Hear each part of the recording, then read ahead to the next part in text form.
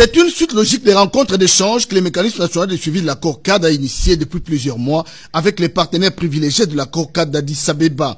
Situation sécuritaire à l'est de la RDC oblige les hauts représentants du chef de l'État au mécanisme régional, Claude Ibalanki et Colomba, à échanger ce lundi 4 juillet 2022 avec Victor Toukmakov, chargé d'affaires de la Fédération de la Russie en République démocratique du Congo. La résolution 2641 du Conseil de sécurité prorogée jusqu'au 1er juillet 2023 sur l'embargo des armes à destination de la RDC, l'incursion de l'armée rwandaise sous la couverture du M23, des sujets abordés lors des échanges. Je pense que cet échange d'aujourd'hui lancera des bases pour des contacts ultérieurs entre nos deux institutions, pour avoir la possibilité d'améliorer la compréhension entre nos deux pays, y compris devant les instances internationales.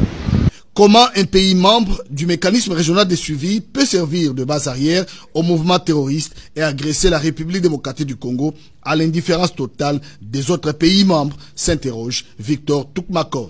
Les Congolais peuvent toujours compter sur la Russie en ce qui concerne la possibilité pour le pays de s'approvisionner en tout le matériel qui est nécessaire pour l'armée et pour la police nationale, pour les autres structures en matière de sécurité.